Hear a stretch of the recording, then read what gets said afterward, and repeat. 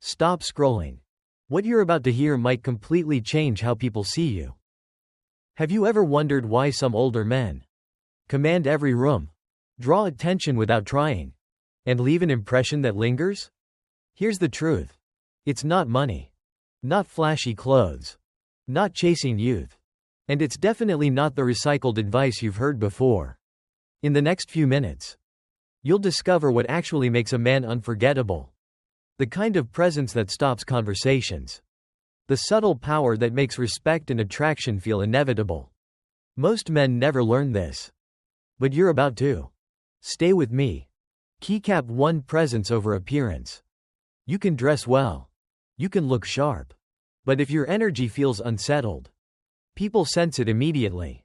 Have you ever seen a man walk into a room? No noise, no theatrics. Yet attention shifts toward him? That reaction isn't triggered by looks. It's presence.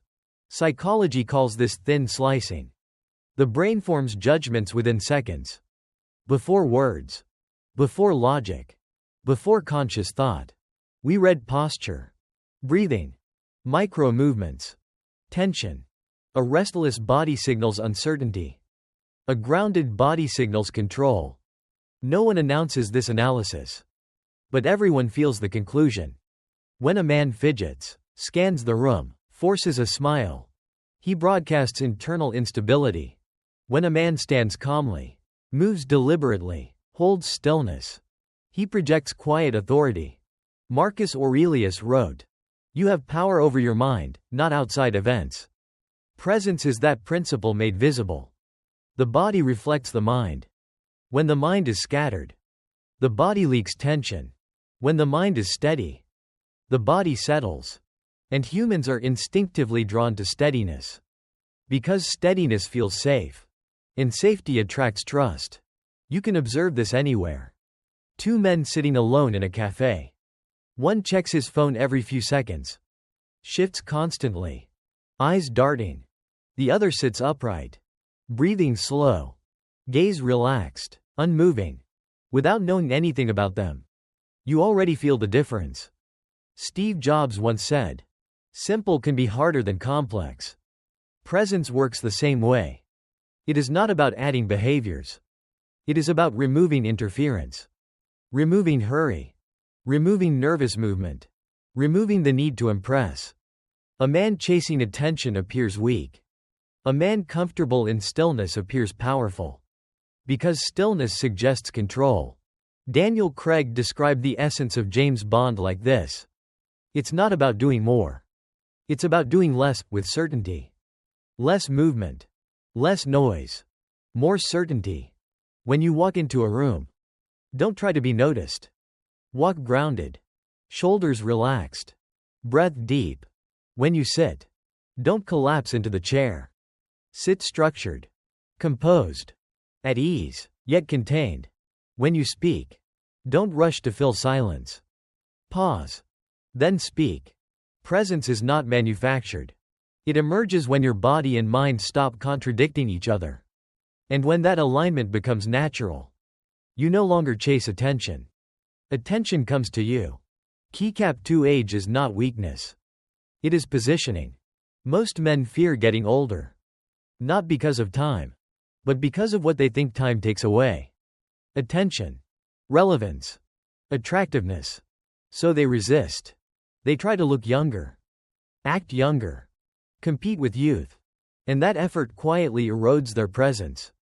Because people can sense incongruence. Psychology calls this authenticity detection. Humans are highly sensitive to signals of trying too hard. When a man denies his stage of life, he creates tension. And tension is never attractive.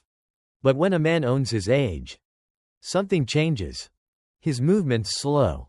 His reactions soften. His energy stabilizes. He stops competing. And begins differentiating.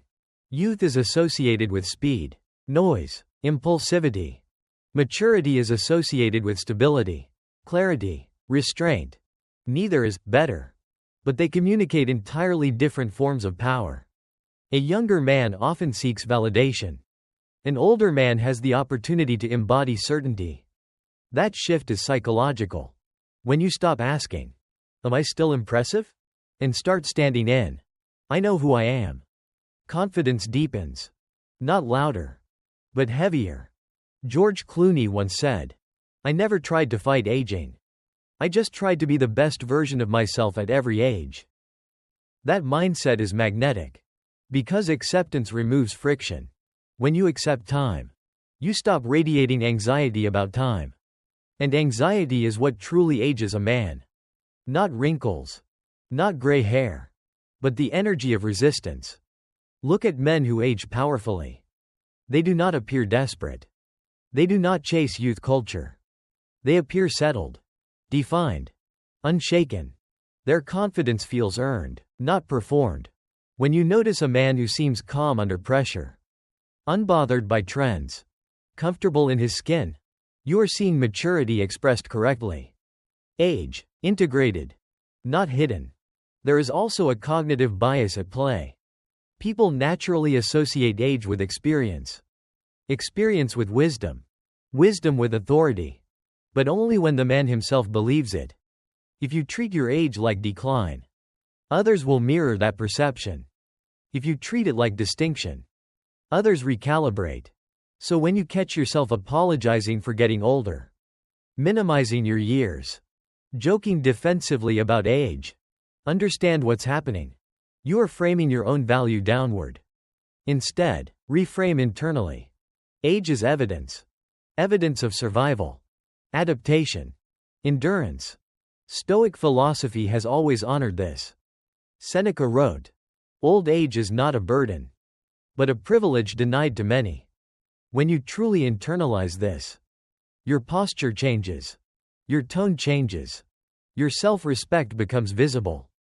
And self-respect is deeply attractive. Owning your age does not mean neglecting yourself. It means refining yourself appropriately. Maintain strength, not to rival youth, but to preserve vitality. Dress with intention, not to imitate trends, but to express identity. Speak with patience, not urgency. Move with deliberation, not haste. Let youth chase speed. You cultivate gravity. Because the most powerful presence in the room is rarely the loudest. It is the most grounded. And a man who embraces his age fully does not fade. He becomes unmistakable. Keycap 3 Grooming and style are not vanity. They are visible self-respect. People notice details long before they register intention. Hair, skin, fit, cleanliness. These are processed instantly. Psychology calls this the halo effect. When one aspect of presentation appears refined, the brain unconsciously attributes other positive traits. Discipline, competence, confidence. Not because it is always true, but because perception shapes judgment. When a man looks neglected, people assume neglect extends inward. When a man looks intentional, people assume intention lives in his character. No explanation required. Consider two scenarios. A man enters a meeting with wrinkled clothing, tired posture, careless grooming. Another enters. Clean lines, structured fit, composed presence. Before either speaks, authority has already been assigned. This is not superficiality. It is human cognition. Humans are wired to read signals of order. Order suggests control. Control suggests reliability. And reliability attracts respect. When you notice your appearance slipping, hair unmanaged, clothes chosen without thought, shoes worn down, you are seeing feedback. Not from society, but from your own standards. Because grooming is not about impressing others. It is about refusing self-neglect. Jeff Bezos once remarked, "Personal brand is what people say about you. When you're not in the room, your appearance is part of that brand. Silent, constant, unavoidable. But style is not fashion. Fashion follows trends. Style expresses identity. A man chasing trends looks uncertain.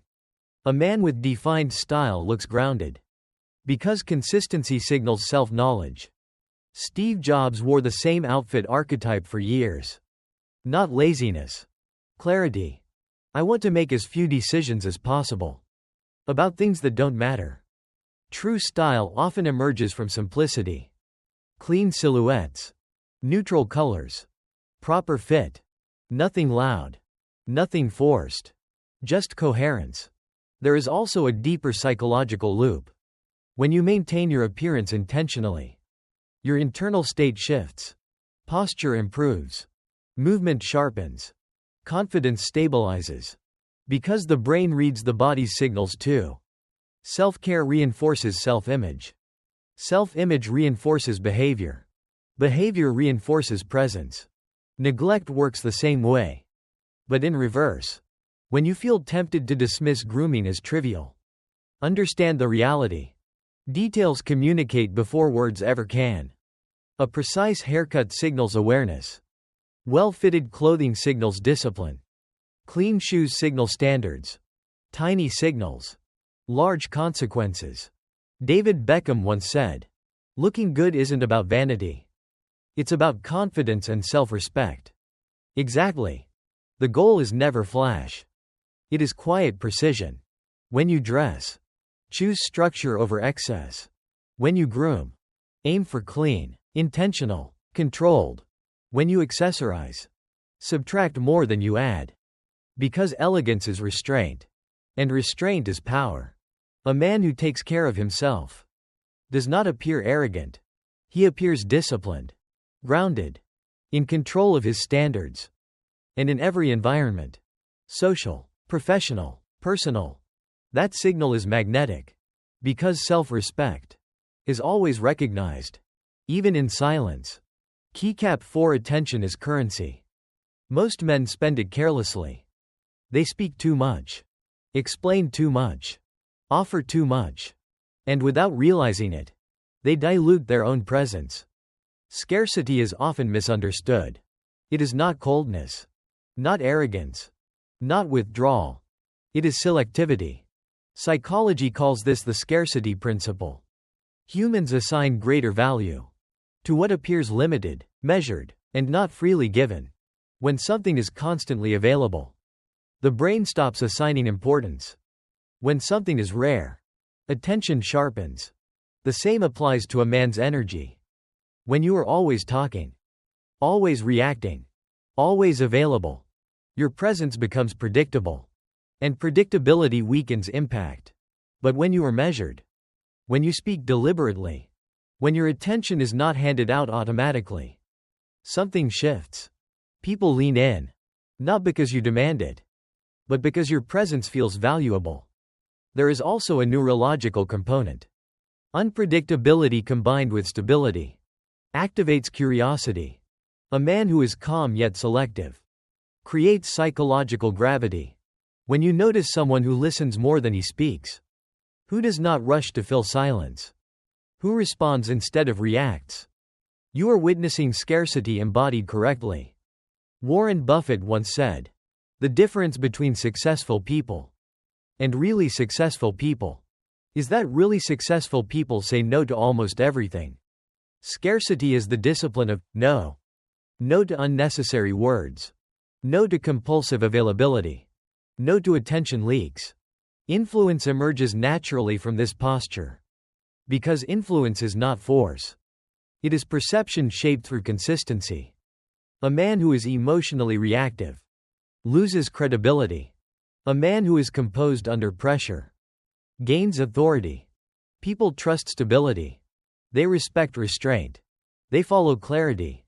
When you feel the urge to over-explain, to prove your point, to dominate a conversation, pause. Understand what's happening. The need to convince often signals insecurity. True authority rarely argues. It states, then stands. Steve Jobs captured this perfectly. It doesn't make sense to hire smart people and then tell them what to do. We hire smart people so they can tell us what to do. Confidence does not shout. It trusts its own weight. Scarcity in conversation looks like this. You listen fully. You speak with precision. You pause without discomfort. Scarcity in energy looks like this. You are warm, but not overeager.